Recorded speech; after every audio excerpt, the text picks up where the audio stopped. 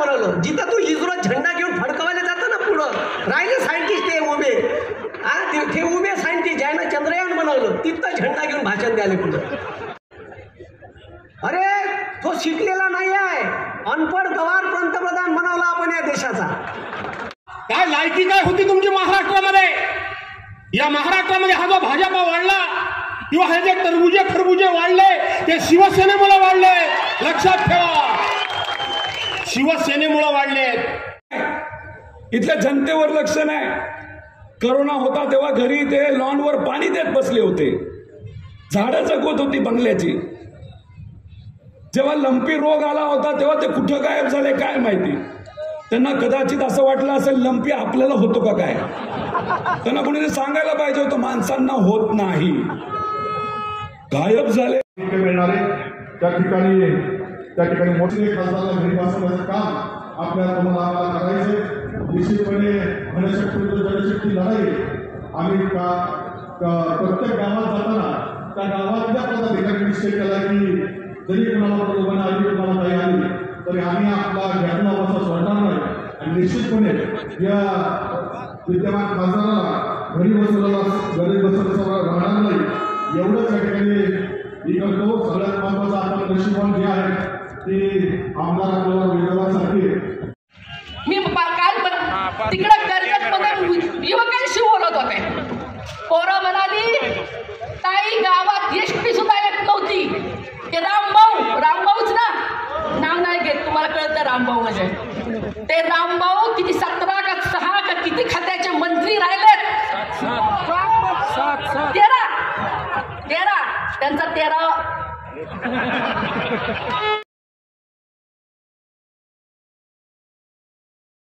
यांचा सन्मान या ठिकाणी केला जात आहे. सर्वांना विनंती आहे, जामखेड नगरीमध्ये प्रथमच त्यांचं आगमन झालंय. जामखेडकरांचा जरा टाळ्यांचा गजर झाला पाहिजे. जोरदार पुरुष बांधव आणि सर्व महिला भगिनी माता भगिनी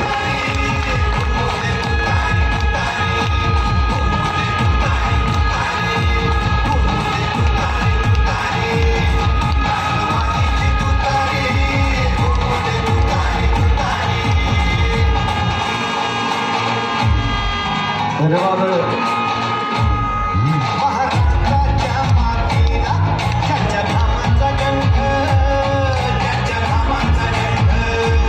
धन्यवाद. यानंतर राष्ट्रवादी काँग्रेस पार्टी पश्चिम महाराष्ट्र महिला गटाच्या प्रदेशाध्यक्षा तथा सुप्रसिद्ध वक्त्या प्राध्यापिका ॲडव्होकेट कविताताई, धन्यवाद. तत्पूर्वी पुण्यश्लोक राजमाता अहिल्यादेवी होळकर यांचे वंशज जे इंदूर नगरीमधून पदाधिकारी आदरणीय वैजनाथजी पोले, सुरेशजी भोसले, अनिलजी भिसे आणि सर्व राष्ट्रवादी, शिवसेना आणि काँग्रेसचे सर्व पदाधिकारी, जामखेड शहर आणि ग्रामीण ज्यांना नामांकन केलेलं आहे, दोन्ही कामात येतात पदाधिकारी, या सर्वांच्या हस्ते हा सन्मान सोहळा संपन्न केला जाईल. आदर्श राजकारणी, एक उत्तम प्रशासन, मातृत्व, कर्तृत्व या सर्वांचा त्रिवेणी संगम असणाऱ्या पुण्यश्लोक राजमाता अहिल्यादेवी होळकर इंदूर नगरीमधून जरा टाळ्यांचा गजर आपण सर्वांनी करणारा होतात आहे. यानंतर त्याला विनंती आहे पुढे यावं. राजेशताई आज सन्मान करा आणि या ठिकाणी सर्व महिला उपस्थित जरा टाळ्या करा. टाळ्यांचा गजर आपण सर्वांनी करावा. एक आदर्श महिलेचा सन्मान आपण करत आहोत.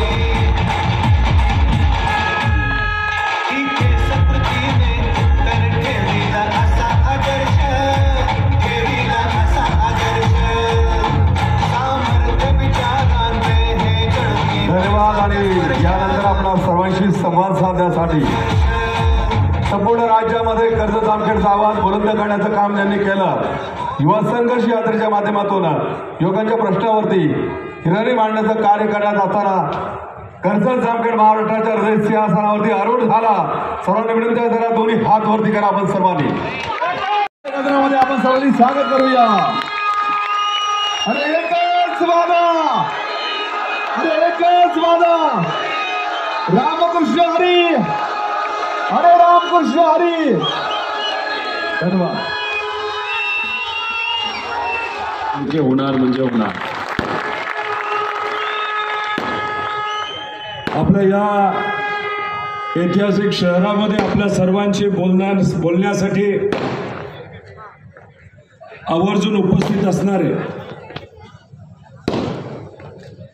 ज्यांचा फार खूप मोठा असा वारसा आहे, फार मोठ्या अशा घराण्यातून जे येतात आणि फार मोठी जबाबदारी ज्यांच्या खांद्यावर विचाराची आहे, असे श्रीमंत भूषणसिंहजी राजे होळकर,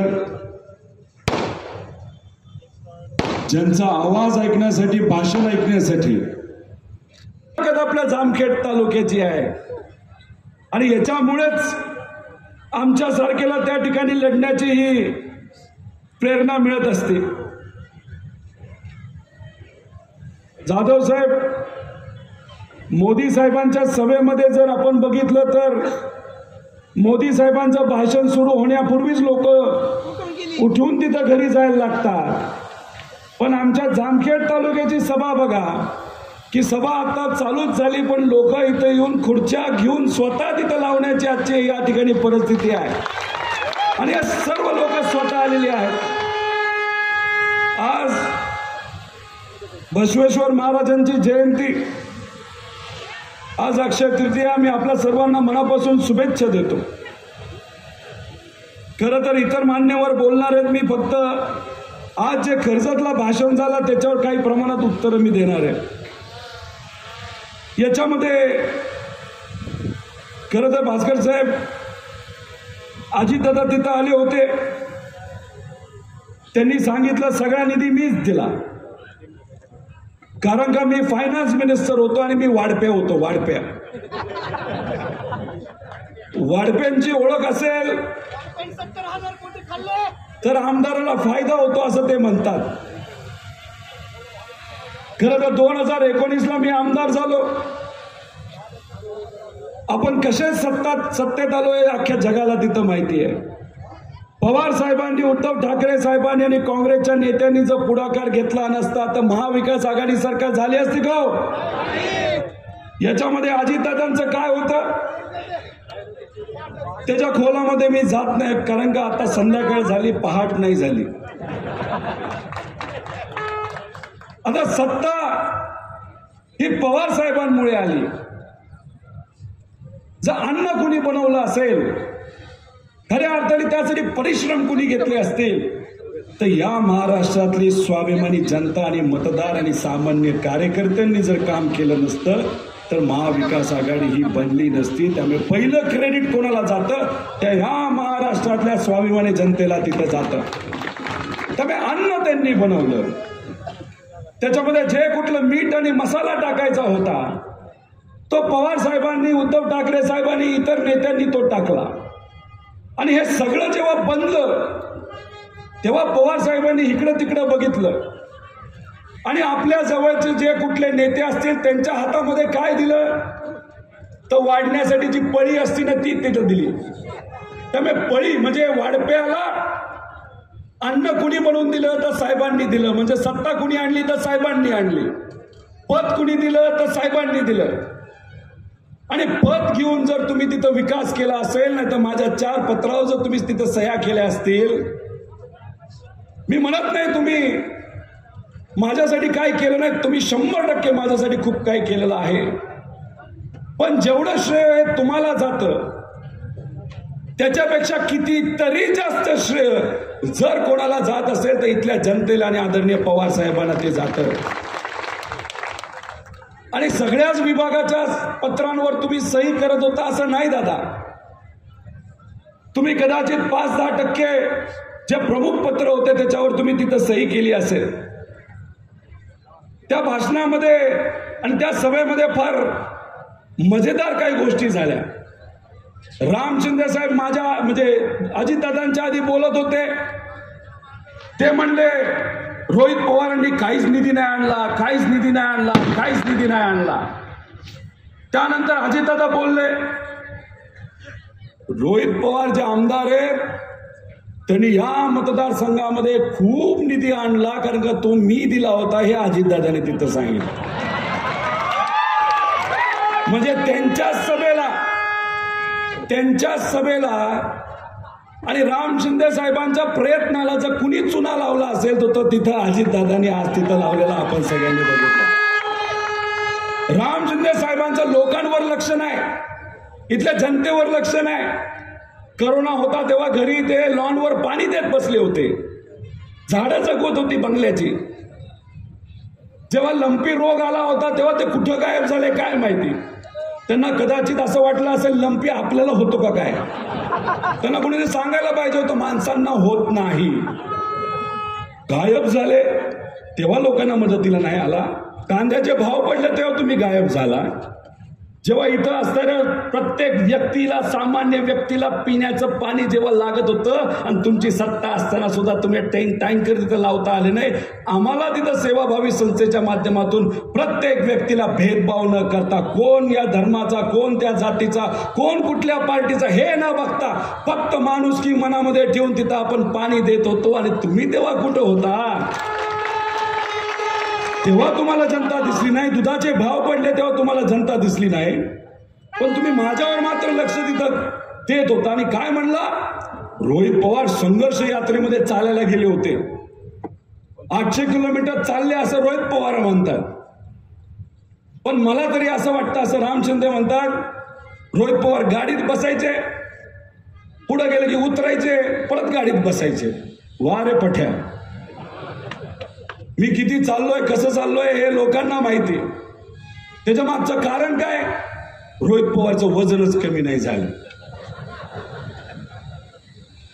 आता खोलामध्ये मी काय जात नाही, पण मला राम शिंदे साहेबांना सांगायचंय, अजितदादांनी सुद्धा संघर्ष यात्रेवर काहीतरी बोलले की माझं वजन कमी नाही झालं असं तुम्ही म्हणत आहात, पण माझ्या जनतेच्या आणि महाराष्ट्राच्या सामान्य लोकांच्या जनतेमध्ये जे माझं वजन वाढलंय ना, ते माझ्यासाठी सगळ्यात जास्त महत्वाचं आहे। खरं मी विषय सामान्य लोकांचेच घेतले होते। MIDCचा घेतला होता, रोजगाराचा घेतला होता, पिण्याच्या पाण्याचा घेतला होता, शेतीच्या पाण्याचा घेतला होता, दुधाचा घेतला होता, कांद्याचा घेतला होता, ऊसाचा घेतला होता। जे काय तिथं गुंडागर्दी या महाराष्ट्रामध्ये वाढते त्या बाबतीतला तिथं मी घेतला होता। आणि मग अशा परिस्थितीमध्ये मी जर ते मुद्दे तिथं मांडत असेल तेव्हा हे देवेंद्र फडणवीस साहेब काय म्हणतात की बाबांनो हा सिरियस नाही। तर राधाकृष्ण विखे पाटील साहेब काय बोलले होते जेव्हा मी तलाठी भरतीचा भ्रष्टाचाराचा विषय मांडला की रोहित पवारवर मी कारवाईच करतो। अहो विखे पाटील साहेब, माझ्या कुठली कारवाई राहिली हो? पर ईडी पासून सगळ्या कारवाई माझ्यावर झाल्या आणि मी काय कुठे घाबरलो का? मी का घाबरत नाही, कारण लहानपणीपासून माझ्या आईली आणि माझ्या सगळ्या थोर व्यक्तींनी मला एकच गोष्ट शिकवली आणि तुम्ही पण शिकवली, ती म्हणजे दिल्ली समोर झुकायचं नाही। आणि मी आयुष्यभर लढत राहीन तर दिल्ली समोर तिथं कुठेही त्या ठिकाणी झुकणार नाही। त्या सभेमध्ये राम शिंदे साहेब अजितदादांना कुठेतरी चिडवत होते। त्यांना असं वाटत होतं की अजितदादा कुठेतरी म्हणतील की पुढच्या इलेक्शन मध्ये रोहित पवारला मी पाडणार म्हणजे पाडणार, असं राम शिंदेला वाटत होतं दादा बोलतील। अजितदादा कुठेही आज असले तरी त्यांना एक गोष्ट माहिती आहे, जो माणूस लोकांच्या हृदयात जाऊन बसलेला असतो,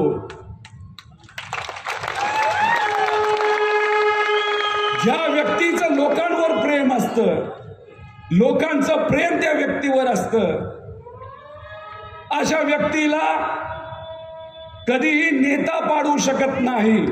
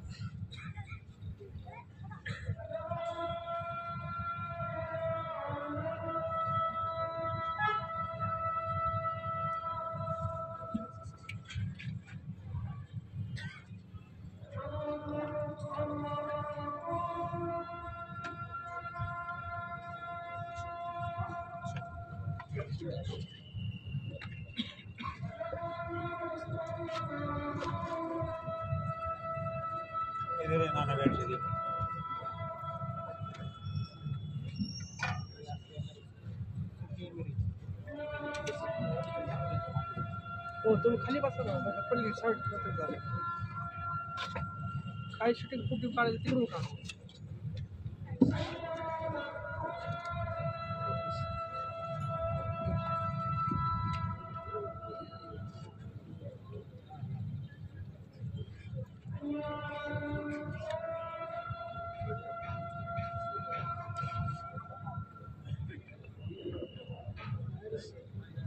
झालं.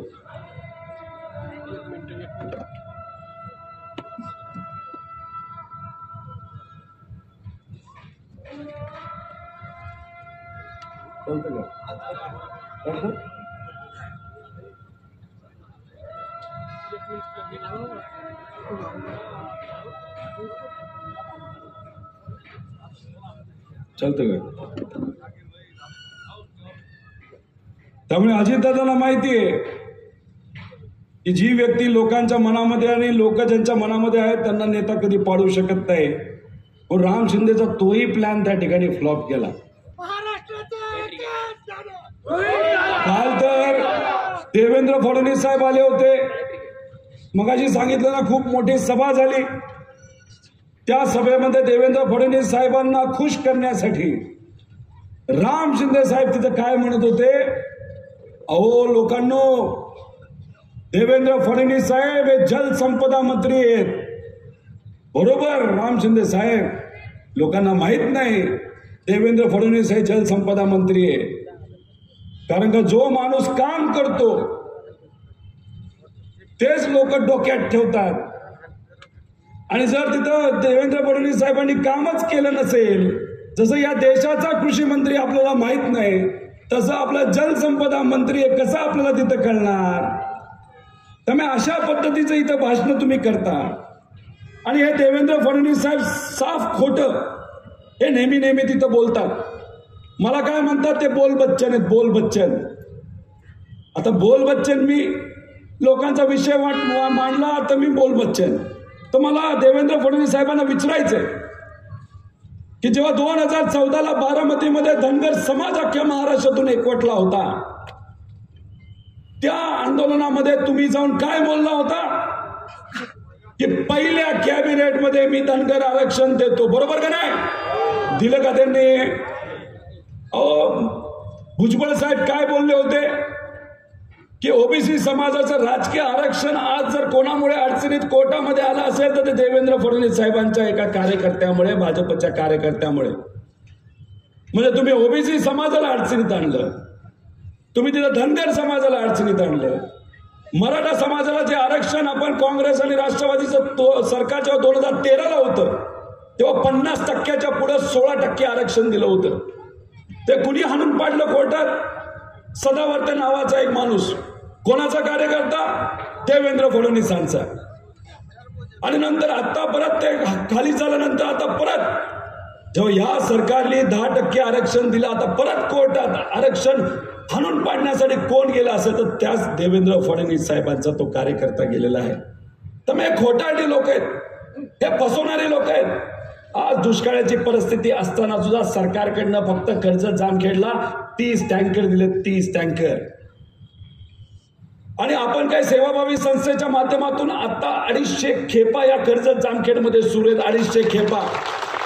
त्या जर समजा आपण सुरू नसत्या केल्या तर लोकांनी काय केलं असतं?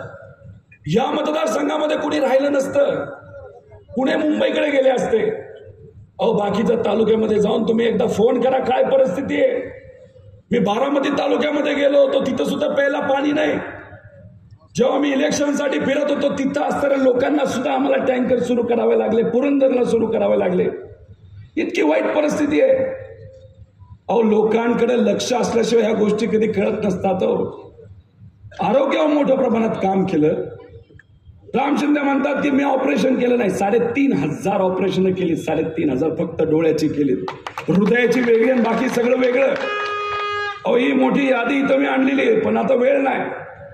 त्यामुळे उगाच वेगळ्या पद्धतीचं राजकारण तुम्ही करता आणि लोकांचं दिशाभूल जर तुम्ही तिथं करत असता तर लोक नक्कीच तुम्हाला तिथं उत्तर दिल्याशिवाय राहणार नाही. त्यामुळे आपण आता इंडिया आघाडीच्या माध्यमातून हा जो आरक्षणाचा प्रश्न आहे 50% पुढचं आरक्षण, ज्याच्यामध्ये मराठा समाजाला कोर्टामध्ये टिकेल असं आरक्षण, धनगर समाजाला असेल, मुस्लिम समाज असेल, लिंगायत समाज असेल, ह्या लोकांना देण्याची भूमिका ही आपण घेतलेली आहे. आणि 4 जूनला जेव्हा तुम्ही टीव्ही समोर बसलेला असाल तुम्हाला गुलाल खेळावा लागेल, पण 3 गोष्टीसाठी खेळावं लागेल.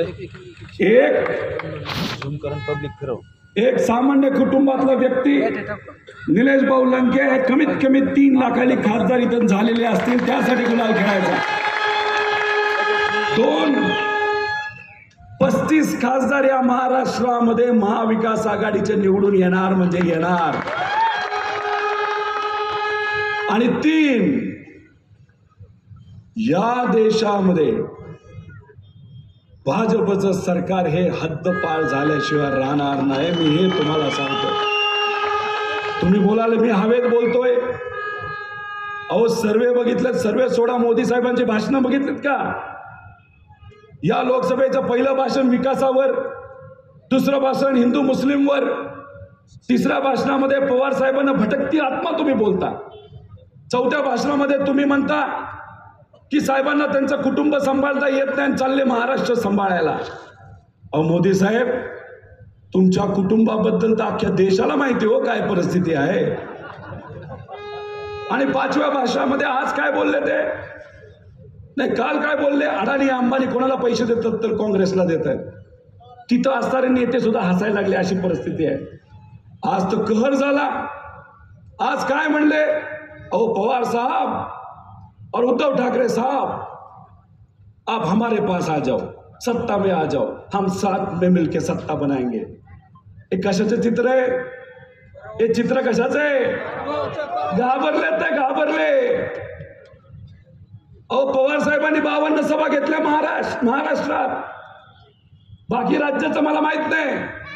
मोदी साहेबांनी या महाराष्ट्रामध्ये आतापर्यंत 40 सभा घेतल्या. 40. का एवढ्या सभा घ्यायला लागल्या तुम्हाला? का तुम्ही घाबरलाय? लोक ये नाही तुम्हाला सभेला.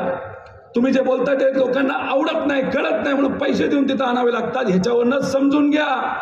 2 जूनला 4 जूनला मोठी जी गुलालाची बॅग असेल, तिसरा जो तिकडा निकाल लागेल तो म्हणजे या देशातून भाजप हद्दपार झालेली असेल, तेव्हा ती बॅग आपण त्या अंगावर टाकून घ्यायची. आणि जेव्हा आकड्याचा खेळ येतो, पवार साहेबांवर हे भाजपचे नेते का बोलतात, जेव्हा आकड्याचा खेळ येतो, या देशामध्ये फक्त एकच माणूस आहे जो आकडेवारी त्या विरोधात गोळाबेरीज एकत्रित करू शकतो, तो सुद्धा आपल्या महाराष्ट्राचा आहे, आपल्याच या मातीचा. त्याचं नाव आहे शरदचंद्र पवार. म्हणून जो उठसूट येतो तो फक्त साहेबांवर त्या ठिकाणी बोलतो. अहो उमेदवार म्हणजे आपले विखे पाटील साहेब मला म्हणले की रोहित पवारली दुधाच्या अनुदानाच्या बैठक. अहो मी अधिवेशनात जातो, तुम्ही कमेंटमध्ये बोलत नाही, त्याला मी काय करू? मला इथं असलेल्या जनतेने जो हक्क दिलाय, मी विधानसभेमध्ये अनेक वेळा मुद्दे मांडले. मी विखे पाटील साहेबांना भेटलो, पत्र दिलं, पण मी जर तिथं पत्र पालक मंत्र्यांना देत असेल, दूध विकास मंत्र्यांना तिथं देत असेल, पण त्या मंत्र्यांना जर काहीच पडलं नसेल इथं असणाऱ्या लोकांचं, त्याला मी काय करणार? त्यामुळे मी माझ्या पद्धतीने तिथं लढलो, हे सर्व नेते लढले, पण या सरकारला जर इथं असलेल्या सामान्य शेतकऱ्याचं जर काय पडलं नसेल, त्याला मी काय करणार? शेवटचा मुद्दा फक्त इथं आपल्या सर्वांना सांगतो की अजितदादा म्हणाले की आता निलेश लंके आत्ताच आमदार झाला आणि सगळंच करायचं असं अजितदादा तिथं म्हणतात. मला अजितदादांना सांगायचंय, निलेश लंके हे ग्रामपंचायतचे सरपंच होते, पंचायत समिती सदस्य झाले, उपसभापती झाले, आमदार झाले, आणि मग आता खासदारकीचं स्वप्न मनामध्ये ठेवून पवार साहेबांच्या पाठिंब्याने आणि स्वाभिमानी जनतेच्या पाठिंब्याने ते खासदार होणार म्हणजे होणार. तुम्ही जर निलेश लंकेंच्या बाबतीत हा प्रश्न जर निर्माण करत असाल तर 2019ला जेव्हा इथून सुजय विखे पाटील साहेब जेव्हा उभे होते, ते थोडी आधी आमदार होते, ते थोडी आधी कुठे पदाधिकारी होते, डायरेक्ट खासदारच झाले ना. त्याच्याच बरोबर 2019ला तुम्ही अशा काही मोठ्या नेत्यांना तिथं तिकीट दिलं होतं खासदारकीचं. त्यांचं काय झालंय लोकांना तिथं माहितीये, पण त्यांनी प्रयत्न केले सगळं असलं, पण त्यांचा पण अनुभव कुठे होता. तुम्ही त्यांना तिकीट दिलं ना. मग निलेश लंकेंना तिकीट द्यायला काय चुकलं? आता लोकांनी ठरवलंय, नेत्याच्या हातात काय राहिलेलं नाही. लोकांनी ठरवलं निलेश लंकेंना आपल्याला खासदार बनवायचं म्हणजे बनवायचं. त्यामुळे कुणीही उद्या आलं, कितीही काय बोललं तरी कुणी कुणाचं काय बिघडू शकत नाही असं माझ्यासारख्याला तिथं वाटतं. बरोबर वाटतं का चुकीचं वाटतं? बरोबर वाटतं का चुकीचं वाटतं? खरं तर हे नेते येतील ना सत्तेत, त्यांना प्रश्न विचारायचा. परत मला वाटत नाही कुणी येईल आता की आम्हाला तुम्ही 24 तास लाईट देणार होतं, त्याचं काय झालं? तुम्ही दुधाला भाव देणार होता, त्याचं काय झालं? आमच्या कपाशीला सोयाबीनला तुम्ही तिथं चांगला भाव देणार होता, त्याचं काय झालं? कांद्याचं काय झालं?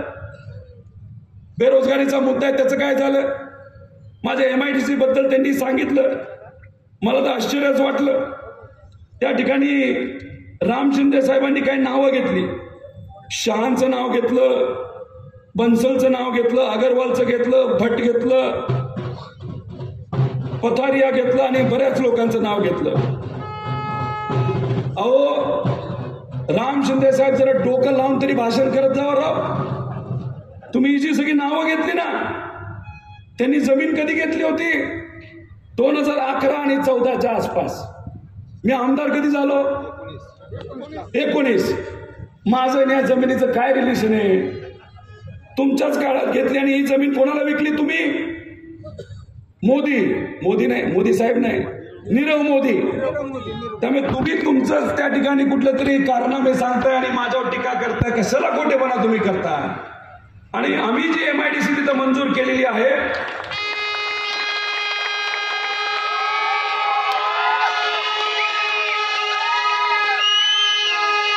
ही MIDC कर्जत आणि जामखेडच्या मध्य ठिकाणी आहे. 2 मोठे नॅशनल हायवे गडकरी साहेबांना विनंती करून तिथं आपण आणलेले आहेत. 1100 ते 1200 एकराची MIDC आपण मंजूर केलेली आहे. त्याला ज्या काही परवानग्या लागतात त्या सगळ्या परवानग्या तिथं घेतलेल्या आहेत. आणि तुम्ही राजकारण करता. 2.5 वर्ष झालं तुम्ही आमची MIDC अडकून ठेवली. आणि राम शिंदे साहेबांनी MIDC कुठे नेली? अशा ठिकाणी नेली की तिथं सगळं फॉरेस्ट आहे. अहो फॉरेस्टमध्ये घर बांधता येतं का हो? साधा रस्ता बनवता येतो का? साधी खोली बांधता येते का? अहो मंदिर तरी बांधता येतं का? मग अशा परिस्थितीमध्ये तुम्ही फॉरेस्टमध्ये जर सगळे गट तिथे घेतले असतील तर तिथं कधी MIDC होणार? आम्ही MIDC काय नुसतं दिखावा करण्यासाठी नव्हती आणली. इथं असणाऱ्या मुला मुलींना तिथं हाताला काम मिळेल त्यासाठी आम्ही MIDC आणली होती. आणि जी लोक आपलं कुटुंब सोडून पुणे आणि मुंबई सारख्या ठिकाणी काम करतात ते परत आपल्या आई वडिलांकडे आले पाहिजे, आपल्या पत्नीकडे आले पाहिजे. त्या हेतूतून आम्ही इथं MIDC आणली होती. ती तुम्ही अडचणीत आणली. तुम्हाला काय करायचं ते करा हो. 4 महिने फक्त थांबा. एक तर 4 जूनला या देशामध्ये सत्ता आपली येणारच. आणि या महाराष्ट्रामध्ये सत्ता जर कोणाची येणार असेल तर ती फक्त महाविकास आघाडीची सत्ता येणार. आणि हा तुमचा कार्यकर्ता, माझी आणि तुमची कदाचित अपेक्षा आहे की जेव्हा महाविकास आघाडी सरकार येईल तेव्हा आपण पवार साहेबांना भेटूया. मला असं वाटतं पवार साहेब नक्कीच आपल्याला छोटं मोठं एखादं राहिल्यात ना त्या 100% आपल्याला पूर्ण न्यायच्यात. आणि सगळ्यात मोठी अडचण आणि सगळ्यात मोठं स्वप्न ते आतापर्यंत आपण कागदावर, प्लॅनवर आणि फॉलोअपमध्ये आपण बऱ्यापैकी 70% पूर्ण केलेलं, फक्त 30% राहिले. ते म्हणजे आमच्या जामखेड तालुक्यासाठी शेतीचं पाणी हे आपल्याला आणायचं म्हणजे आणायचं आहे. मी त्या विषयावर जास्त बोलणार नाही. मी MIDCचा मुद्दा आणला आणि राम शिंदेनी काय केलं की त्यात खोडा घातला. त्यामुळे ही पाण्याची फाईल कुठे ही काय राम शिंदे साहेबांना सापडणार नाही. माझं जेव्हा इलेक्शन येईल तेव्हा मी दाखवतो त्यांना आणि मग बोलूया आपण. मला तर वाटतं ते माझ्यासमोर उभा सुद्धा राहायचे नाही. तो खासदारकीला उभा राहायचा विचार करत होते, रुसून बसले. काही लोकांची चर्चा सुरू झाली, खुसबुस काय झालं. देवेंद्र फडणवीस साहेबांना एका हुशार व्यक्तीने इथून फोन केला होता, त्यांना खाऊ पाहिजे. त्याला काय मग अरे मग खाऊ कसला खाऊ नाही, प्रवरानगरवरनं खाऊ आला की सगळं नॉर्मल होईल. प्रवरानगरच्या भाऊली पाठवला खाऊ, घरी आला खाऊ, हा भाऊ लागला प्रचाराला. अरे काय सेटलमेंट करता राव, खासदारकीचं स्वप्न म्हणजे त्यांनी कुठेतरी मान्य केले. आमदारकीला काय ते टिकू शकत नाही, खर्च जाम केलं, हे आजच त्यांनी तिथं मान्य केलेलं आहे. त्यामुळे बरेच विषय, टाइम कमी आहे, खूप काय बोलायचंय. माता भगिनींच्या बाबतीत सुद्धा आपण बचत गटाच्या माध्यमातून बरंच काही केलंय, खूप काय अजून करायचंय. आणि येत्या काळामध्ये सर्व विषय त्या ठिकाणी 100% आपण मार्गी लावू. फक्त हे भाजपचं जे हिंदुत्व आहे ना, ते फार मजेदार हिंदुत्व आहे. जाधव साहेब, आम्ही इथं असलेल्या सर्व धर्माचे जे काही मंदिरं असतील, दर्गा असतील, त्याला तिथं आपण निधी टाकला. आणि जेव्हा भाजपचं सरकार इथं आलं तर राम शिंदे साहेबांनी काय केलं तर स्थगिती आणली. म्हणजे स्थगिती कशावर आणली? संत गीते बाबांच्या मंदिराच्या कामावर आणली, संत सीताराम बाबांच्या कामावर आणली, खड्ड्याच्या किल्ल्यावर आणली, दर्ग्याच्या इथं आणली. बरीच अशी काही 35 मंदिराची कामं आपण तिथं हाती घेतली होती. अशा सगळ्याच गोष्टींवर त्यांनी आणले. म्हणजे इलेक्शन जेव्हा येतं तेव्हा त्या ठिकाणी यांना हिंदुत्व आठवतं. मी सुद्धा मंदिरात जातो. या जगातला सगळ्यात उंच भगवा कुठं असेल तो आपल्या या जामखेड तालुक्यामध्ये खड्ड्या इथं आहे. पण धर्म आपल्या सर्वांसाठी व्यक्तिगत विषय असतो. माझ्या घरी देवघर आहे, मी देवघराच्या समोर नतमस्तक झाल्याशिवाय घराच्या बाहेर निघत नाही. पण लहानपणीपासून माझ्या आई वडिलांनी, माझ्या धर्माने मला काय शिकवलं आहे तर जेव्हा तुम्ही समाजामध्ये काम करत असता तिथं भेदभाव चालत नसतो. हा या धर्माचा, तो त्या धर्माचा, या समाजाचा त्या समाजाचा असं कधी बघायचं नसतं. त्या व्यक्तीकडे बघत असताना हा माणूस आहे आणि त्याच अनुषंगाने हे बघायचं असतं. हे सर्व संतांनी आपल्याला शिकवलं, सर्व धर्मग्रंथांनी तिथे शिकवलेलं आहे. त्यामुळे या मतदारसंघामध्ये जेव्हा आपण सायकल वाटल्या तिथं नाही जात धर्म आपण बघितला, भाजप आणि राष्ट्रवादी तिथं बघितली नाही, काँग्रेस बघितलं नाही. जो कोणी असेल गरजू त्याला ती सायकल तिथं भेटली पाहिजे याच हेतूतून आपण तिथं विचार केला. काय माता भगिनींकडे गॅस नाही, असे गॅस आपण दिले, त्याच्यात भेदभाव नाही केला. आता सुद्धा पाणी जे दिलं जातं त्याच्यात भेदभाव करत नाही का? कारण का आमच्या धर्माने, आमच्या आई वडिलांनी आम्हाला कधीही भेदभाव करा असं सांगितलेलं नाही. त्यामुळे या परिसरामध्ये आम्ही सर्व समाज एकत्रित येऊन या परिसराच्या विकासासाठी 100% तिथं आजपर्यंत प्रयत्न केलेत आणि असेच प्रयत्न येत्या काळामध्ये सुद्धा आपल्या सर्वांना करायचे. आणि तुम्हाला जाताना विचारतो, कोणाला खासदार बनवायचंय? आमच्या थांबा, आता आवाज बघा, आमच्या माता भगिनींचा आवाज बघा. आपल्याला कोणाला खासदार बनवायचं? माझ्या माता भगिनींना मी विचारतो. आवाज नाहीये. आपलं चिन्ह काय? तुतारी वाजवणारा माणूस. आता इथल्या सगळ्यांना विचारतो, आपला कोणाला खासदार बनवायचंय? आपलं चिन्ह काय? एकदा हात वर करून सांगा. दोन्ही हात वरती करा, सर्वांनी दोन्ही हात वरती. आपल्या तिकडं पारनेर तालुका म्हणतोय आम्ही 1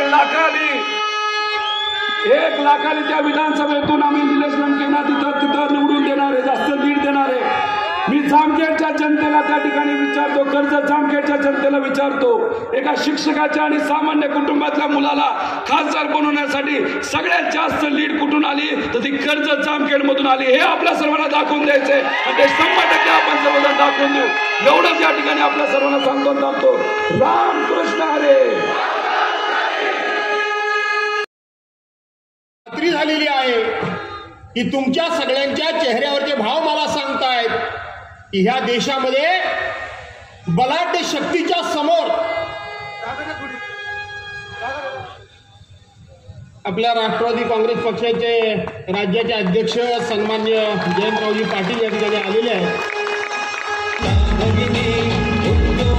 धन्यवाद. जरा टाळ्याच्या गजरामध्ये आपण सर्वांनी स्वागत करूया.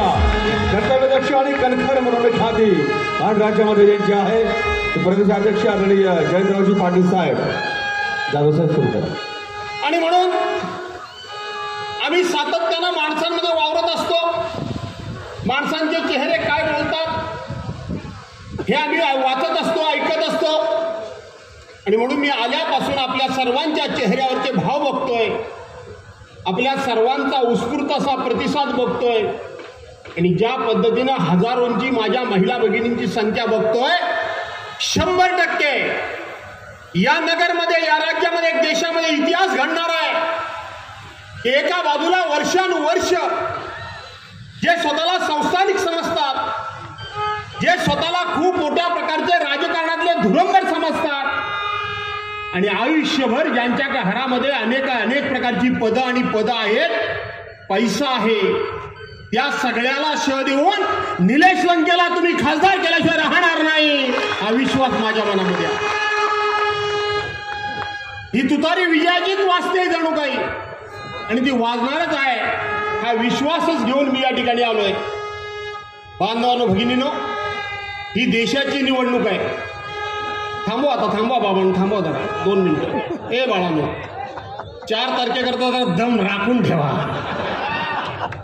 नाहीतर आणि म्हणून ही निवडणूक देशाची आहे, देशाची निवडणूक आहे. काय झालं 2014 साली?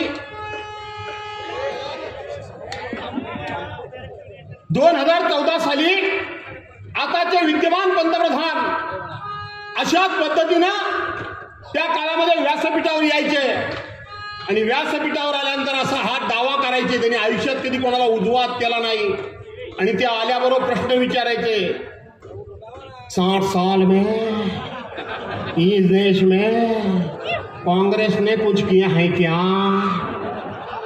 झालं यायला इकडे नाही. पुन्हा दुसरा प्रश्न विचारायचे, अच्छे दिन. या आमच्या महिला काय तेव्हा ऐकतच नव्हते, आयेंगे इकडे हे तणांना उड्या मारत होते, अच्छे दिन आयेंगे. म्हणून त्यांनी त्या ठिकाणी या देशाच्या जनतेसमोर खूप मोठी स्वप्न उभी केली आणि हे करत असतानाच मागची 5-25 वर्ष त्यांनी काँग्रेसवर नाना तऱ्हेच्या टीका केल्या आणि टीका करून या देशातल्या नागरिकांच्या मनामध्ये एक नकारात्मक अशा प्रकारची भावना तयार केली आणि लोकांनाही वाटत होतं की 60-65 वर्ष काँग्रेसने राज्य केलं, बदल घडवला पाहिजे आणि लोकशाहीला बदल हा अपेक्षित असतो आणि त्या अपेक्षेप्रमाणे लोकांनी बदल घडवला. 2014 ते 2019 निवडणूक होऊन गेली आणि मग 2019ला एक नवीन फंडा देशाच्या पंतप्रधानांनी काढला. काय फंडा काढला? आपल्याला माहित असेल, ते पुलवामा मधली ती घटना. पुलवामामध्ये आपले 42 जवान नाहक मारले गेले. भारतीय जनता पार्टीचे नेते आणि काश्मीरचे तत्कालीन राज्यपाल सुमित मलिक यांनी सांगितलंय, आम्ही नाही सांगितलं. त्यांनी सांगितलं की त्यावेळेला ते राज्य करताना दिल्लीश्वरांना सांगत होते की अशा पद्धतीची ह्या जवानांची गाडी, ह्या जवानांना रस्त्यानं आणू नका, गाडीनं आणू नका. यांना गाडीनं आणणं फार धोक्याचं आहे, यांना विमानानं आणायचंय, विमानानं आणा. परंतु दिल्लीश्वरांनी, पंतप्रधानांनी ऐकलं नाही. RDX भरलेली गाडी 7 दिवस त्या काश्मीरमध्ये फिरत होती, 7 दिवस त्या काश्मीरमध्ये फिरत होती आणि मग त्या बसमधून 42 जवान आणले गेले आणि त्या जवानांच्या बस येत असताना पूर्णपणे रस्ता मोकळा करायला हवा होता, तो रस्ता सुद्धा मोकळा केला नाही. ट्रॅफिक जाम ठेवलं आणि एका चौकामध्ये ती सरळ RDX भरलेली गाडी त्या बसवर आदळली आणि आमचे 42 जवान मारले गेले. 42 जवान मारले गेले. सुमित मलिकांनी सांगितलं की मी देशाच्या पंतप्रधानांना फोन केला, पण त्याच वेळेला देशाचे पंतप्रधान त्यांच्यावर एक सिनेमा काढत होते आणि त्या सिनेमामध्ये ते व्यस्त होते. त्यांनी सांगितलं, चूप बैठो, कुछ बोलो मत, चूप बैठो. देशाच्या पंतप्रधानांनी 5-6 तास ते नॉट रिचेबल राहिले. आठवतो मुंबईतला 26/11चा हल्ला. 26/11ला मुंबईमध्ये ताजवर हल्ला झाला, ताज हॉटेलवर हल्ला झाला, मुंबईवर हल्ला झाला. त्या शिवराजजी पाटलांना दिवसाला 2-3 ड्रेस बदलायची सवय होती. सवयीप्रमाणे त्यांनी ते 2-3 ड्रेस बदलले. त्यांना मंत्रिमंडळात जावं लागलं. एवढी ओरड भारतीय जनता पार्टीने केली आठवा कैलासवासी तत्कालीन मुख्यमंत्री विलासराव देशमुख त्यांनी राम गोपाल वर्माला त्या जागेवर भेट द्यायला जाताना ते घेऊन गेले. त्यांना त्या मुख्यमंत्री पदाचा राजीनामा द्यावा लागला. आठवा ते आराराबा पाटील त्यावेळेचे गृहमंत्री होते. ते सहज बोलून गेले की छोटे ऐसे बड़े बड़े शहरों में ऐसे छोटे छोटे हादसे होते हैं. या भारतीय जनता पार्टीने अख्ख्या देशामध्ये रान पेटवलं. त्यांनाही राजीनामा द्यावा लागला. देशाच्या गृहमंत्र्यांना राजीनामा द्यावा लागला. महाराष्ट्राच्या मुख्यमंत्र्यांना राजीनामा द्यावा लागला. महाराष्ट्राच्या गृहमंत्र्यांना राजीनामा द्यावा लागला. पण देशाचे पंतप्रधान एवढे 42 जवान मारल्यानंतर सुद्धा सातत्याने कपडे बदलत होते, शूटिंग करत होते, फोटो सेशन करत होते. आणि मग नंतर ते अचानकपणे बाहेर आले आणि त्यांनी तुम्हाला आव्हान केलं, तुम्हाला सांगितलं की त्याची किंमत ही चुकवावीच लागेल. त्यांनी सांगितलं हम घर में घुस के मारेंगे, ये 56 इंच का सीना बदला लेगा. राणा भीमदेवच्या थाटामध्ये एक 56 इंच का सीना चुप नाही बैठेगा. आपण तर साला भावनिक लोक काय केलं, त्या बालाकोटमध्ये एक फक्त काहीतरी सर्जिकल स्ट्राईक केला की असे रोज काहीतरी स्ट्राईक होत असतात. आणि तो सर्जिकल स्ट्राईक खरा होता की खोटा होता, त्याच्यामध्ये अतिरेकी मेले की नाही मेले, किती मेले, या संदर्भामधला संरक्षण खात्यानं आज तागायत खुलासा केलेला नाही. आज तागायत खुलासा केलेला नाही. खुलासा कोणी केला? खुलासा देशाचे गृहमंत्री भारतीय जनता पार्टीच्या कार्यालयामध्ये बसून अमित शहा सांगत होते आम्ही एवढे मारले, आम्ही तेवढे मारले, आम्ही तेवढे मारले. आणि आता सुमित मलिक काय ते सत्य सांगतायत. आणि मग ह्या 2 निवडणुका काढल्या आणि या वेळेला तिसरा नारा दिला. अब की बार 400 पार, अब की बार 400 पार. आणि मग एक इंडिया आघाडी या महाराष्ट्र देशामध्ये तयार झाली. आणि त्या इंडिया आघाडीचे 2 नेते सगळेच होते. पण हा माझा नेता आदरणीय उद्धव साहेब आणि पवार साहेब आणि काँग्रेसची मंडळी एकत्रित आली आणि 400 पार. तुम्हाला सर्वांना अभिमान वाटेल. जिथे कुठे शिवसैनिक असतील त्यांना मी आव्हान करतो, या लढाईमध्ये मागे राहू नका. आपल्या नेत्यानं सांगितलंय अरे 400 पार छोड़ो, इस बार तुम्हें हम करेंगे तडीपार. तडीपार करीन बोलले की नाही उद्धव साहेब. आणि आता भारतीय जनता पार्टीचं सरकार हे तडीपार आता होण्याच्या मार्गाने त्यांनीच कबूल केलेलं आहे की आम्ही तडीपार आहोत. मी सर्वसाधारणपणे देशाच्या पंतप्रधानांची भाषणं ऐकत नाही. तेच सारखं तेच बोलायचं. 15 लाख रुपये या महिलांना दिले, मी दिले की नाही दिले, प्रत्येकाच्या खात्यात बाहेर आले की नाही आले. 15 लाख रुपये, तरुणांना 2 कोटी नोकऱ्या. काँग्रेसच्या राजवटीमध्ये 380 रुपये सिलेंडर होता, आता मला वाटतं काही 180 रुपये झालाय. किती झाला? 180 रुपये झालाय ना. हे तेव्हा 50 रुपये काँग्रेसच्या राजवटीत सिलेंडर वाढले की स्मृती इराणी अशा डोक्यावर घेऊन नुसत्या डान्सच करायच्या. सिलेंडर घेऊन डान्सच करायच्या. आणि म्हणून पवार साहेबांनी सांगितलं यावेळेला तुम्ही पण जे मोदींनी सांगितलं होतं सिलेंडरला नमस्कार करून जा तसं जा. आज नरेंद्र मोदींनी त्या ठिकाणी त्यांचा संपूर्णपणे तोल ढळलाय. देशाचे पंतप्रधान 1978-80 मध्ये आणीबाणीच्या काळानंतर मी त्यावेळेला 20-21 वर्षाचा होतो. त्यावेळच्या निवडणुकीमध्ये मी जनता राजवटीचा प्रचार केलेला कार्यकर्ता आहे. त्यावेळेपासून मी अनेक पंतप्रधान बघितले, पण नरेंद्र मोदींसारखा देशामध्ये इतका खालच्या दर्जाचा बोलणारा पंतप्रधान आज मी पहिल्यांदा बघतोय. या जगामध्ये माझ्या देशाची मान शर्मेने खाली गेले. आता एक नवीन फंडा काढलाय. वेळ थोडा झालाय जयंतराव वगैरे बोलायचंय आणि नंतर कराळे मास्तरला बोलायचंय, आणखी कोणाकोणाला बोलायचं, राजाला बोलायचंय. आणि म्हणून थोडक्यामध्ये आणि म्हणून आता एक नवीन काढला फंडा. काल परवा काहीतरी मी बघितलं की 1950 ते 2015 पर्यंत म्हणे हिंदू समाजाची 7.33 लोकसंख्या कमी झाली आणि मुस्लिम समाजाची संख्या वाढली. झाला अख्ख्या देशात नुसते गदारोळ सुरू आहे. की मुस्लिमांची वाढली, हे झालं ते झालं. त्याचं संपूर्णपणे लॉजिक आजच्या अग्रलेखांमधून आलंय. बाहेरच्या बाजूच्या राज्यातून कसे निर्वासित लोक आपल्याकडे येत आहेत त्यामुळे कसे वाढले वगैरे वगैरे वगैरे वगैरे. पण त्या वादात काही मी जात नाही. पण आपल्याला जर भाजपचा कोण कार्यकर्ता भेटला, राष्ट्रीय स्वयंसेवक संघाचा कोण कार्यकर्ता भेटला, विश्व हिंदू परिषदेचा कार्यकर्ता भेटला, तर तो हुशारक्या काय मारतो, तो मोठेपणा काय मारतो. मी माझ्या पक्षाचा पूर्णवेळ कार्यकर्ता बोलतात की नाही. अरे पूर्णवेळ कार्यकर्ता म्हणजे काय, तर मी पक्षाचा दिवस रात्र काम करतो, मग त्यामुळे मी लग्न कार्यच केलं नाही.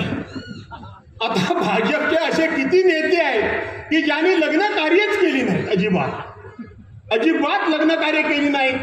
आता लग्न कार्य जर तुम्ही केलीत नाही तर शेवटी काय अदानी अंबानीच्या फॅक्टरीमधून पोरं बाहेर पडणार आहेत, काही येणार आहेत का, वाढणार आहेत का. बरं ते लग्न केली नाही तर नाही. काही जण सांगतात आम्ही त्या ठिकाणी एकच मुलावर आमचं समाधान मानलं, चांगली गोष्ट आहे, त्याबद्दल मला काहीच बोलायचं नाही, त्याच्यावर काय बोलत नाही. आणि मला असं वाटतं की एकदा भाजपच्या लोकांची अविवाहित लोक जे आहेत, ब्रह्मचारी आहेत, आमच्याकडे त्यांना मुंजे म्हणतात, मुंजे कोकणात, त्या मुंज्यांची एकदा यादी जाहीर करायला पाहिजे. हा विषय चेष्टेचा नाही तर सिरियसली तुम्ही घ्या की अशीच काय वर्ण आभाळातनं मुलं काय पडत नाही, पोरं पडत नाहीत. लग्न कार्य करावं लागतं, संसार करावा लागतो, संसार थाटावा लागतो, मुलं बाळं झाल्यानंतर त्यांना वाढवावी लागतात, त्यांची प्रगती करावी लागते. आणि लग्न केलं तर बायको सोडून देऊन चालत नाही, सोडून दिली तर मुलं होणार कुठून. बरोबर आहे का नाही. आता डायव्हर्स झाला कोणाचा, मी त्याच्यावर डायव्हर्स बद्दल बोलतो, बाकी काय कोणाचा अनऑफिशियल काय ते मला माहित नाही. आणि म्हणून मुलं बाळ येणार कुठून. आणि मुलं बाळाला तुम्ही फक्त सांगता हिंदूंनी मुलं वाढ, हिंदूंची संख्या कमी झाले आणि तुम्हीच मात्र त्या ठिकाणी मुलांना जन्म द्यायचा नाही, लोकसंख्या वाढेल याचा प्रयत्न करायचा नाही. सातत्यानं दुसऱ्याच्या धर्माकडे बोट तुम्ही दाखवायचं, सातत्यानं दुसऱ्याच्या धर्माकडे बोट दाखवायचं. पण तेही आता पंतप्रधानांचं कार्ड चालेनसं झालंय. राम मंदिराचं उद्घाटन पंतप्रधानांचं कार्ड चालेनसं झालंय.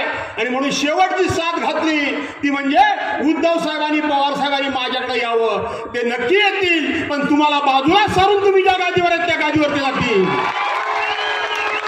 तुमच्या बरोबर नाही, तुम्हाला बरोबर घेऊन नाही. आणि मी तर सांगतो की उद्धव ठाकरे तर आता प्राण गेला तरी भारतीय जनता पार्टीच्या जवळ सुद्धा जाणार नाहीत, हे आज मी तुम्हाला लिहून देतो. नकली सेना, कोणती नकली सेना. अरे कोणाला नकली सेना बोलता. काय लायकी काय होती तुमची महाराष्ट्रामध्ये. या महाराष्ट्रामध्ये हा जो भाजपा वाढला किंवा हे जे टरबुजे खरबुजे वाढले ते शिवसेनेमुळे वाढले. लक्षात ठेवा, शिवसेनेमुळे वाढले. तुम्ही सांगत होतात ना, आमचा पक्ष फोडताना तुम्ही सांगितलं की आमच्या नरेंद्र मोदींचा फोटो लावून तुम्ही निवडून आलात. मी सांगितलं होतं, इथं जयंतरावजी आहेत सिनियर, सभागृहामध्ये आम्ही कसं त्यांना भिडतो ते बघतात, रोहित दादा इथं बसलेला आहे. मी यांना सांगितलं होतं की आमच्या बांधावर आम्ही नरेंद्र मोदी साहेबांचा फोटो लावणार नाही, पण तुम्ही मर्दाची औलाद असाल तर तुमच्या बांधावर हिंदू हृदय सम्राट शिवसेना प्रमुख मान्य बाळासाहेब ठाकरेंचा फोटो लावू नका. आज आम्ही आज इथं सुद्धा उद्धव साहेबांचा फोटो आहे, बाळासाहेबांचा फोटो आहे, पण आमच्या ह्या आघाडीच्या बॅनरवर कुठेही नरेंद्र मोदींचा फोटो नाही. पण त्यांच्या मात्र बॅनरवर आमच्या बाळासाहेबांचा फोटो असतो. त्यामुळं नरेंद्र मोदींचा फोटो लावून महाराष्ट्रामध्ये मतं मिळत नाही, तर मतं मिळतात ते हिंदू हृदय सम्राट शिवसेना प्रमुख मान्य बाळासाहेब ठाकरेंच्या फोटोमुळेच मतं मिळतात. आणि म्हणून शिवसैनिकांची जबाबदारी वाढलेली आहे. आपल्या पक्षप्रमुखाचा शब्द खाली जाता कामा नये. आपल्या पक्षप्रमुखाचा शब्द उचलण्याचं काम संपूर्ण महाराष्ट्रामध्ये मी फिरतोय. त्याच्यामध्ये मी बघितलं उमेदवार कोणाचा आहे, हा बघितला जात नाही. तर शेवटी आपला पक्ष फोडलाय, त्याचा बदला घ्यायचा असेल तर इंडिया आघाडीचा, महाविकास आघाडीचा उमेदवार कोणी असू दे, त्याला निवडणुकीकरता म्हणून शिवसैनिकांनी पुढाकार घेतलाच पाहिजे, हा आमचा आग्रह राहणार आहे. आणि ते घेतायत, तो घ्यावा हे सांगण्याकरता म्हणून बांधवांनो भगिनींनो मी आलो. अनेक मुद्दे आहेत, अनेक विषय आहेत. तिसऱ्या टप्प्यातलं मतदान झालंय. पहिले 5 जे निवडणूक झाली पूर्व विदर्भामध्ये, तो भाग शिवसेनेचा नेता म्हणून माझ्याकडेच कामात होता. त्याच्यानंतर पुढच्या निवडणुका झाल्या आणि काल कोकणासह रायगड आणि बारामतीमध्ये सगळ्या निवडणुका झाल्या. मी तुम्हाला जाहीरपणे सांगतो की मगाशी रोहित दादा म्हणाला तो नुसतं हवेत बुडबुडे नाहीत, तर अनेक खाजगी सर्वे का केलेले आहेत. त्या खाजगी सर्वेमध्ये सगळ्यांचं एकच म्हणणं आहे की किमान 35 खासदार हे इंडिया विकास आघाडीचे महाराष्ट्रामधून निवडून येतील. आणि त्याच्यामध्ये आपला हा सामान्यातल्या सामान्य घराण्यातला माणूस निलेश लंकेला तुम्हाला निवडून द्यावं लागेल. निलेश लंकेला निवडून देऊन एक देशामध्ये खूप मोठा संदेश जाईल. विखे पाटलांचं घराणं निलेश लंकेसारखा सामान्य माणूस आणि ओळख आणि त्याच्या विरोध असेल तर हा माझ्या लोकशाहीचा विजय असेल, डॉक्टर बाबासाहेब आंबेडकरांच्या घटनेचा आणि संविधानाचा विजय असेल. निलेश लंके निवडून गेला तर सामान्य घराण्यातल्या माणसाला सुद्धा वाटेल कितीही जरी समोर बलाढ्य माणूस असला तरी ह्या देशातली लोकशाही, या देशातला मतदार, या मतदारसंघातला मतदार हा आम्हाला निवडून दिल्याशिवाय राहणार नाही. अशा प्रकारचा एक जबरदस्त आत्मविश्वास आणि जबरदस्त अशा प्रकारचा एक संदेश संपूर्ण देशामध्ये जाईल, राज्यामध्ये जाईल, ह्या जिल्ह्यामध्ये देखील जाईल. आणि शेवटी हा इतिहास तुम्हाला करायचा आहे. चिंता करण्याचं काहीही कारण नाही. अशाच पद्धतीने आमच्या कोकणातल्या निवडणुका झाल्या. नावं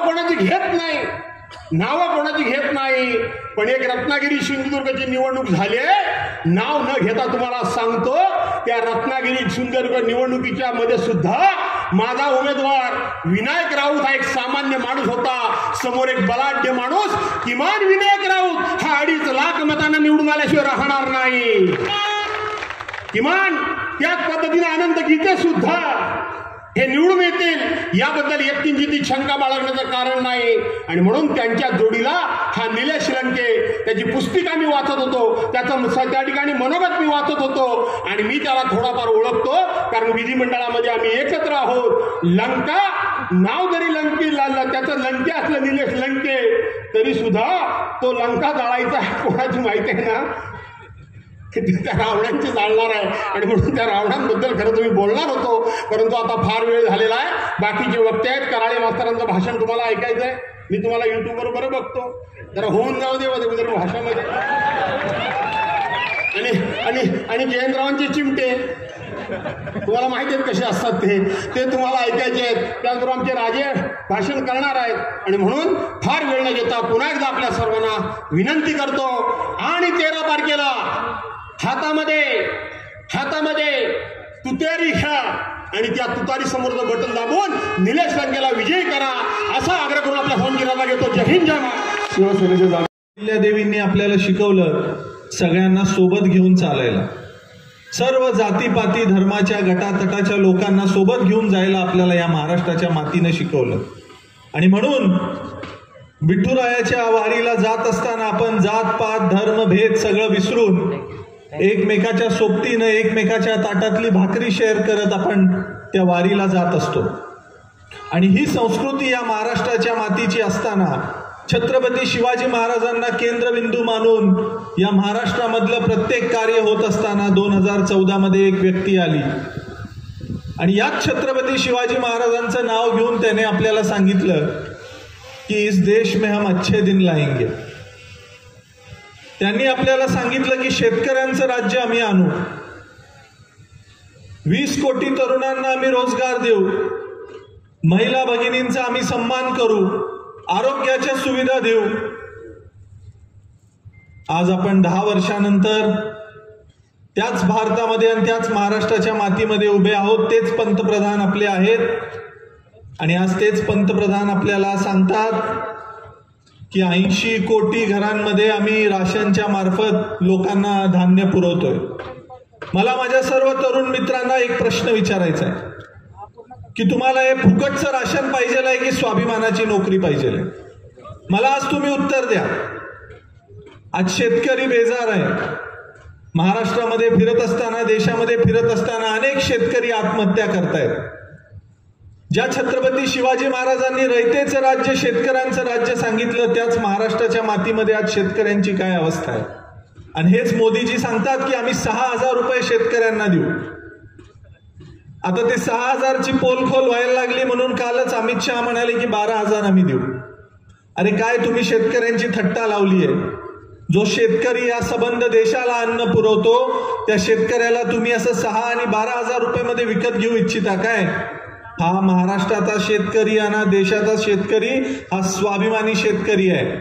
एका बाजूला 6,000 रुपयाचं गाजर दाखवायचं आणि दुसऱ्या बाजूला जीएसटीच्या माध्यमातून वेगवेगळ्या करांच्या माध्यमातून तुमच्या खिशातून पैसा काढून घ्यायचा.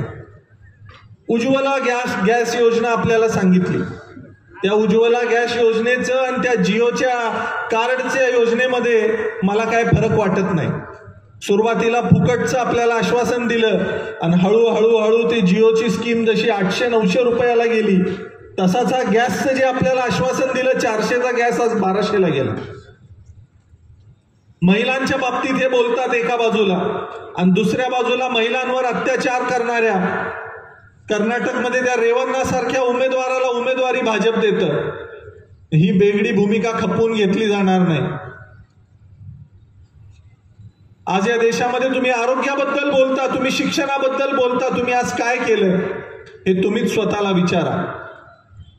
आणि मग ज्या वेळेला विकासाचे मुद्दे यांच्याकडे बोलायला राहत नाही, ज्या वेळेला केलेलं काम सांगायला यांच्याकडे राहत नाही, त्यावेळेला यांच्याकडे एकच अस्त्र राहतं आणि ते म्हणजे धर्माचं. आणि मग मोदीजी म्हणतात की आम्ही राम मंदिर बांधलं. आज मी एका घराण्याचा वंशज म्हणून सांगतो, आम्हाला निश्चित अभिमान आहे की आपल्या सर्वांचं आराध्य श्रीरामाचं मंदिर उभारलं. पण ते एकट्या मोदींनी उभारलं का हो? आपल्या प्रत्येकाच्या पैशातून ते मंदिर उभारलंय. माझ्या आधीच्या पिढ्यांनी त्या मंदिरासाठी काय परिश्रम घेतले ते मी जाणून. त्यामुळे मोदीजी हे तुमचं एकट्याचं काम नाही. या मंचाच्या माध्यमातून मला तुम्हाला एकच सांगायचं आहे की मोदीजी, तुम्ही रामाच्या नावावर मत मागू नका. तुम्ही केलेलं काम आहे त्या कामाच्या नावावर जर हिंमत असेल तर तुम्ही मत मागायला आमच्यामध्ये या. धर्मापुढे जाऊन ते जाती जातीमध्ये भेद निर्माण करतात. धनगर ओबीसी, मराठा ओबीसी, धनगर मराठा वाद निर्माण करण्याचा इथं प्रयत्न होतो. मला तुम्हा सगळ्यांना जबाबदारीने सांगायचं आहे, आज कोल्हापूरमध्ये छत्रपती शाहू महाराज, छत्रपती शिवाजी महाराजांचे वंशज आणि आज इथं मी आपल्या समोर उभा आहे. आम्ही महाविकास आघाडीच्या बरोबर उभे आहोत. धनगर आणि मराठा हे कधीच वेगळे नव्हते, हे एकत्र होते.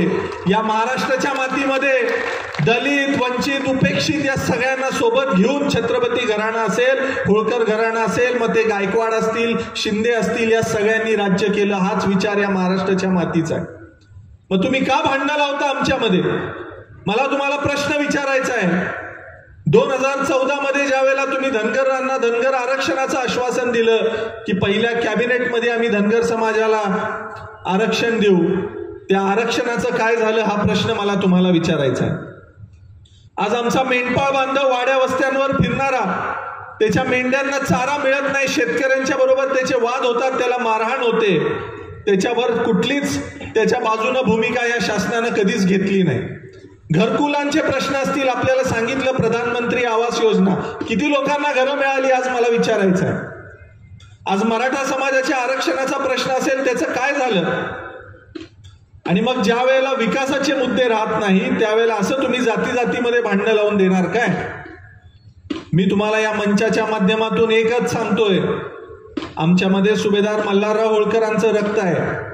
स्वतःच्या मागण्यांसाठी जसं मल्हारराव होळकरांनी शत्रूच्या गळ्याला भाला लावला होता, आम्हाला जर गृहीत धरायचं तुम्ही षडयंत्र आखलं, तुम्ही जर धनगर समाजाला, मराठा समाजाला गृहीत धरत असाल की काही केलं तर आम्ही खपवून घेऊ, याद राखा आमच्यामध्ये त्याच मल्हारराव होळकरांचं रक्त आहे आणि तुम्हाला धडा शिकवल्याशिवाय आम्ही राहणार नाही.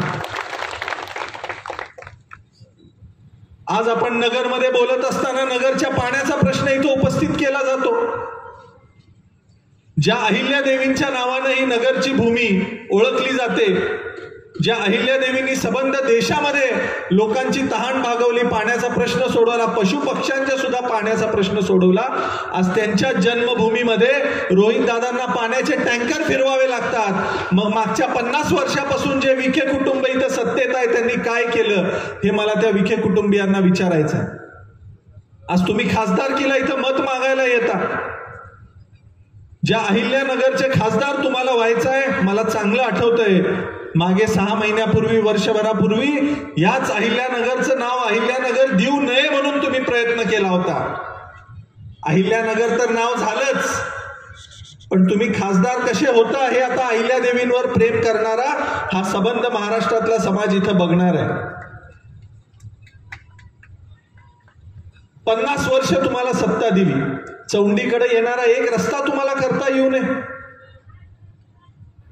ज्या अहिल्यादेवींनी सबंध देशामध्ये काम केलं त्यांच्या जन्मभूमीकडे तुम्ही इतके वर्ष दुर्लक्ष केलं. तिकडून सांगलीमधून अण्णासाहेब डांगेंना इथं येऊन त्या मासाहेबांच्या जन्मस्थळाचा विकास करावा लागला. मग विखे तुम्ही इतक्या वर्षाची सत्ता असताना या नगरमध्ये काय केलं हे मला तुम्हाला विचारायचं आहे. मला चांगलं आठवतंय 2022 मध्ये मी चौंडीला आलो होतो कार्यक्रमाला. रोहित दादांनीच मला तिथं आमंत्रित केलं होतं. मी रोहित दादांना सांगितलं होतं की दादा ही अहिल्यादेवींची जन्मभूमी आहे, हे अखंड देशाचं श्रद्धास्थान आहे आणि ह्याचा विकास झाला पाहिजे. तिथला घाट जो देवींनी त्या काळी बांधला होता त्याची दुर्दशा झालेली होती. रोहित दादांना मी प्रश्न मांडल्या त्याच क्षणी रोहित दादांनी तिथं 11 कोटीची कामं केली. मागच्या 3-4 महिन्यापूर्वी त्यांनी उद्घाटनासाठी सुद्धा मला तिथं आमंत्रित केलं होतं, पण काही कारणास्तव मला तिथं येता आलं नाही. मी त्याबद्दल दादा दिलगिरी व्यक्त करतो. पण असा आश्वासक चेहरा जो आपल्यासाठी या मातीत उभं राहून स्वतःला गाडून घेऊन काम करायसाठी तयार आहे, अशा लोकप्रतिनिधींची आपल्याला आज गरज आहे. जातीपाती धर्माच्या पलीकडे जाऊन आपले आजचे लोकसभेचे जे उमेदवार आहेत निलेश लंके, त्यांचा माझा सुद्धा आजचा परिचय नाही, कारण जो कर्तृत्ववान व्यक्ती असतो त्याची ओळख त्याच्या कामानं होत असते. आणि तशीच निलेश लंकेंची ओळख ही मला त्यांच्या कामामुळे झाली. ते आमदार आहेत हे सुद्धा मला माहिती नव्हतं. कोरोनाच्या काळामध्ये निलेश लंकेंनी जे काम केलं ते सबंध देशामध्ये गेलं. ज्या वेळेला आपला मुलगा स्वतःच्या आई वडिलांना बघायला तयार नव्हता, त्यावेळेला हा निलेश लंके नावाचा माणूस सर्वसामान्यांमध्ये मिसळून प्रत्येक माणसाची सेवा तिथं करत होता. त्यांची ओळख माझी झाली पाकिस्तानमधल्या आपल्या मराठी बांधवांशी ऑनलाईन संवाद साधत असताना, आणि मला या माणसाचं काम कळालं. जो माणूस स्वतःच्या जीवाची पर्वा न करता सर्वसामान्य शेतकरी कुटुंबातून आलेला माणूस जर तुमच्यासाठी कोरोनासारख्या परिस्थितीमध्ये ज्यावेळेला स्वतःचा मुलगा स्वतःच्या आई वडिलांना विचारायला तयार नव्हता, जर इतक्या लोकांची सेवा करत असेल, तर मला तुम्हा सगळ्यांना एक प्रश्न विचारायचा आहे. जर तुम्ही त्याला तुमचा खासदार केला तर तो तुमच्यासाठी जीवाचं रान करेल, नाही तर नाही? मला सांगा. स्वतःच्या जीवाची बाजी लावून तो माणूस तुमच्यासाठी काम करेल. आणि म्हणून आता आपण बास झालं, 50 वर्ष दिली ना त्याच लोकांना सत्ता, आमदार केलं, खासदार केलं, पण काय झालं? नुसती बोळवण. मग अशा लोकांना खासदार करायचं आहे की स्वाभिमानी जनतेमधून तुमच्यामधून आलेला सर्वसामान्य माणूस आपल्याला खासदार करायचा आहे? हे आज आपल्याला इथं ठरवायला पाहिजे. आणि म्हणून मी आपल्या सर्वांना विनंती करतोय की अनेक आश्वासनं हे देतील, अनेक गोष्टींची आमिष आपल्याला दाखवतात. झाली, कोणाशी संपर्क करावं, कुठं जाव. पहिल्या दिवशी तर 12:30 वाजता रोहित दादासोबत रात्री सभा होती त्या पाहुणेवाडी नावाच्या गावात. तर तिथं पहिल्यांदा जाऊन दादांना भेटलो. दादांनी राहायची व्यवस्था केली. पण एक माणूस आहे, हे NCP कार्यालयाचं सगळ्या कारभार माहिती आहे, रवींद्रदादा पवार. त्यांनी मला खूप मदत केली कोऑर्डिनेशन करण्यासाठी. त्याच्यानंतर पवार साहेबाचे तिन्ही जेवढे OSD आहे, शिंपी साहेब असो, राऊत सर असो, तर रानडे सर असो, त्यांनी खूप मला मदत केली. पुन्हा एक सभेसाठी खूप आग्रह होता शिरूर मतदारसंघातून, पण आता काही माझ्यापाशी वेळ नाही. पुन्हा उद्या मतदार बीडला सभा आहे, तर त्यांनी भरपूर अशोक बापू पवार आमदार, त्याच्यानंतर सुप्रियाताई, जयंतदादा पाटील यांचे PA, खूप लोकांनी मला इथं कोऑर्डिनेशन करण्यासाठी मदत केली. आणि हा टप्पा आता शेवटल्या टप्प्यात आहे प्रचाराचा. तर विषयावर येऊ आपण. सध्या दाढीवाल्याचा विषय आहे, आणि त्याला असं वाटून राहिलं का सिमेंटचे रस्ते बांधलेच म्हणजेच विकास होते बा. तर विकास या सर्वांगीण असायला पाहिजे. सिमेंटचे रस्ते बांधल्यानं विकास होत नाही.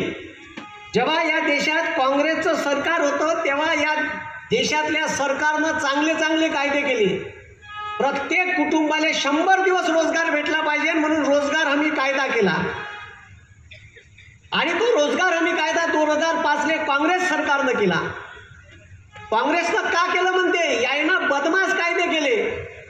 हे जे बीजेपीचं सरकार आहे यानं लोकांच्या हिताचे आणि कल्याणाचे कायदे नाही केले. भारताच्या राज्यघटनेतलं भाग 4 सांगते का सरकारनं देशातल्या लोकांच्या कल्याणाचे आणि हिताचे कायदे करावं. यानं शेतकरी विरोधी 3 कायदे केले. आमच्या भारतातल्या शेतकऱ्याला 1 वर्ष आंदोलन करावं लागलं ते कायदे मागं घेण्यासाठी. ते पंजाबचे शेतकरी होते म्हणून उरून पुरले. त्या आंदोलनात म्हाताऱ्या बुड्या होत्या, त्याले खलिस्तानी म्हटलं. या नरेंद्र मोदीनं आतंकवादी म्हणलं. अरे ते शेतकरी होते, एका दाण्याचे हजारो दाणे करणारा माझा बाप आहे. तो कमावून राहिला, तो या शेतीत अन्नधान्य पिकून राहिला, जगाचा पोशिंदा आहे म्हणून खाऊन राहिले. जगात तंत्रज्ञान किती काही दूर केलं तर इंटरनेटवरून भाकर डाउनलोड नाही करता येते का? म्हणून हे शेतकऱ्याचं सरकार वाली नाही आहे. यानं का केलं तर त्या 700 शेतकरी शहीद झाले. ते जे काही 700 शेतकरी त्या आंदोलनात शहीद झाले त्याचा बदला 13 तारखेला घ्यायचा आहे आणि येणाऱ्या निवडणुकीत 13 तारखेला आपल्याला निलेश दादा लंके यांना प्रचंड बहुमतानं विजयी करायचा आहे. हे लक्षात ठेवा तुम्ही. आणि म्हणून आता सध्याची निवडणूक हे देशाचं संविधान वाचवणारी निवडणूक आहे. आता एक घोटाळा उघडकीस झाला. आपल्या राष्ट्रवादीचे विलासदादा लवांडे आहे, त्यांनी एक जनहित याचिका उच्च न्यायालयात मुंबईच्या दाखल केली. 10,000 कोटीच्या ॲम्ब्युलन्सचा घोटाळा ह्या तिघांनी सरकारनं केला. किती कोटीचा? म्हणजे गोरगरीबाले घेऊन जाणाऱ्या ॲम्ब्युलन्सचे पैसे खाल्ले साल्यानं. म्हणजे किती बदमाश आहे. अरे यायनं कुठचे पैसे नाही खाल्ले तुम्हाला सांगू. अरे या कोरोना काळात तुम्हाला ऑक्सिजनचे सिलेंडर पाहिजे होते का नाही?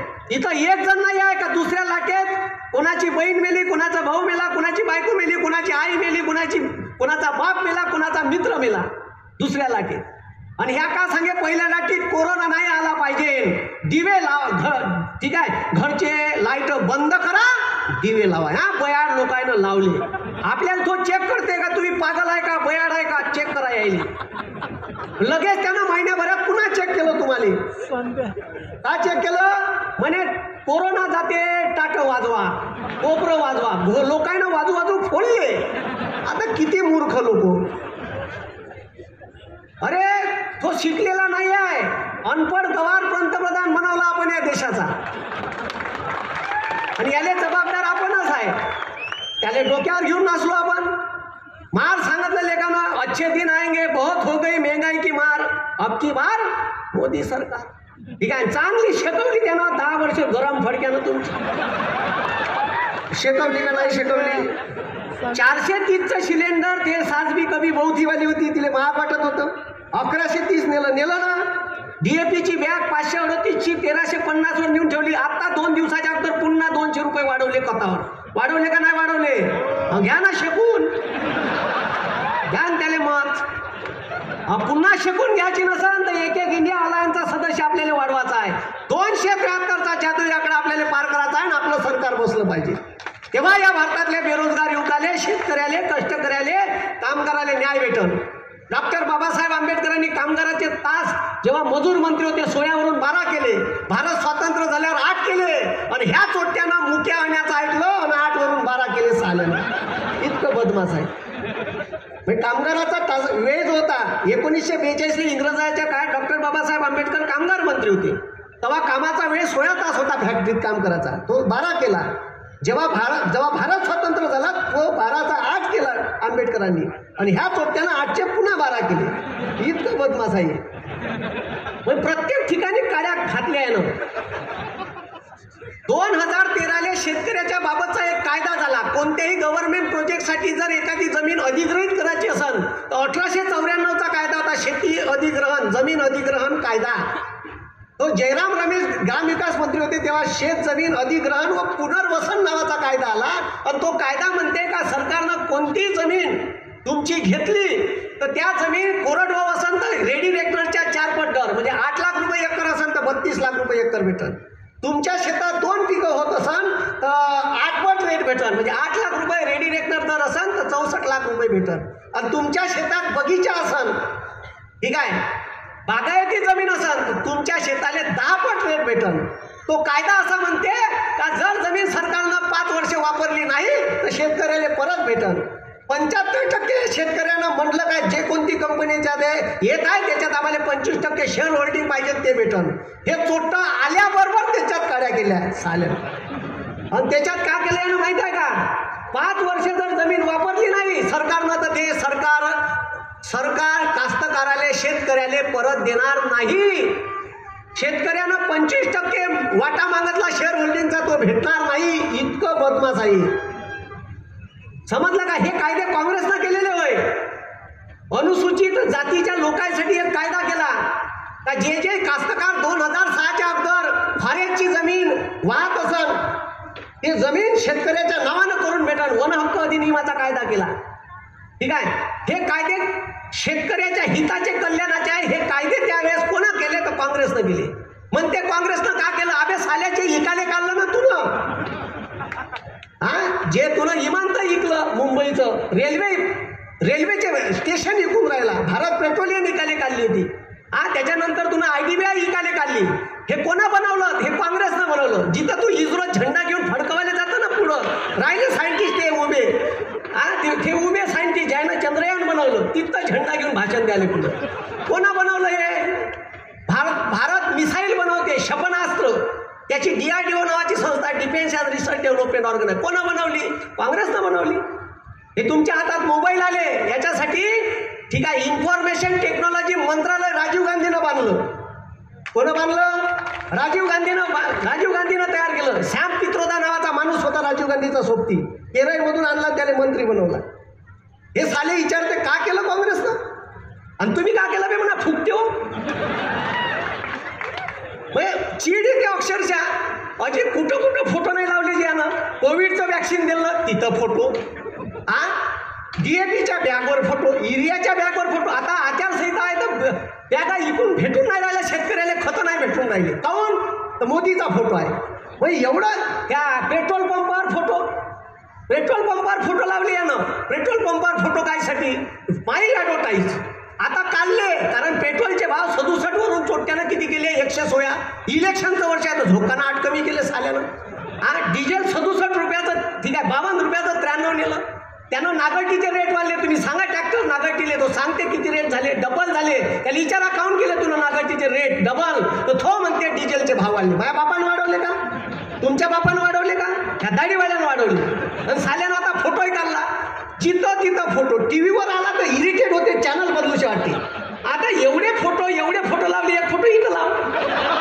हे काय ठेवता आमचं खाली 2019 म्हणून. ठीक आहे. हे जे म्हणते मग झोला लेके चल दियो जा तू. काही गरज नाही आता आम्हाला.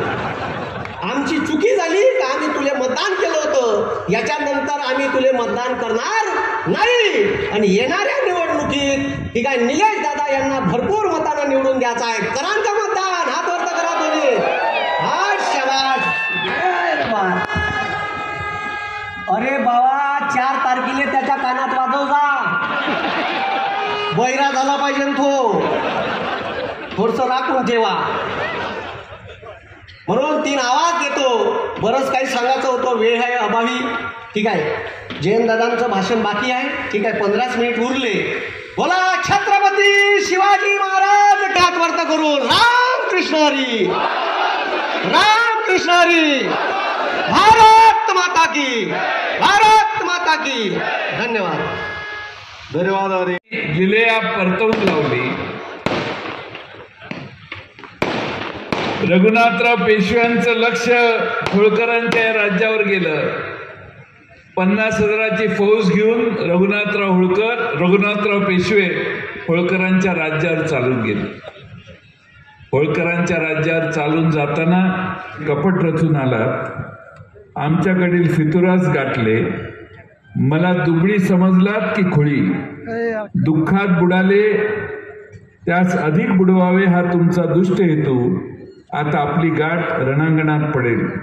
माझ्याबरोबर युद्धात पारंगत असणाऱ्या स्त्रियांची फौज असेल. मी हरले तर कीर्ती करून जाईन. पण आपण हरलात तर आपल्याला तोंड दाखवायला जागा उरणार नाही. म्हणून लढाईच्या भरीस न पडाल तर बरे. मी आपला आहे असे समजू नका.